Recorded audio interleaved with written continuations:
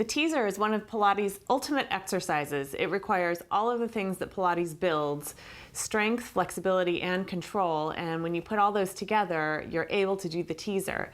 So if it's a frustrating exercise for you at this point, it's usually because you're missing an element of strength or of flexibility that's required for it. Let's go over what that means. Start by laying down. And we'll lift the legs up and keep them at a bent angle to begin. This is a good way to learn. If you're learning the teaser with an instructor, often they'll hold your legs and that will allow you to get them straight. But if you're alone, bending your knees is the key. So I'm going to reach up and hold on to the back of my legs. My shins are like a table. Take a big inhale, and as you exhale, lift your head and press with your legs a little bit to roll yourself one vertebra at a time up, so it's nice and gradual, you don't pop up. Hold yourself up. So the next thing you'll feel is we're often frustrated by the lift of the spine here. If you're tight at all in your back or your hamstrings, it'll be hard to get up.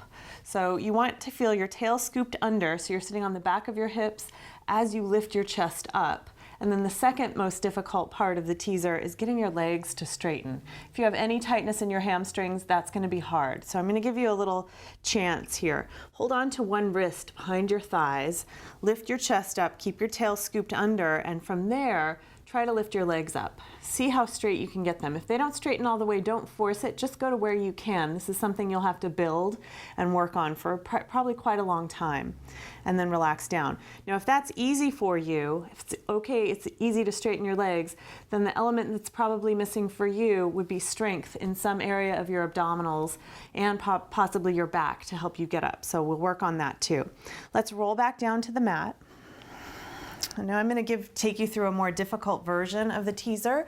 This teaser is a one-legged teaser. I'm going to have your feet far away from your bottom so you have a low bend of your knees. Legs are together.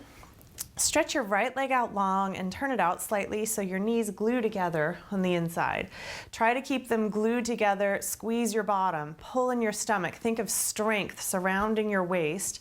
Lift your arms up, and using that strength, reach your fingers towards your toes, looking at your foot, and try to roll up as if someone is pulling your fingers all the way to your toes. Sit up as tall as you can, and then pull them down with your stomach. So from way deep in your stomach, squeeze your legs together, squeeze your bottom, and curl all the way back to the mat.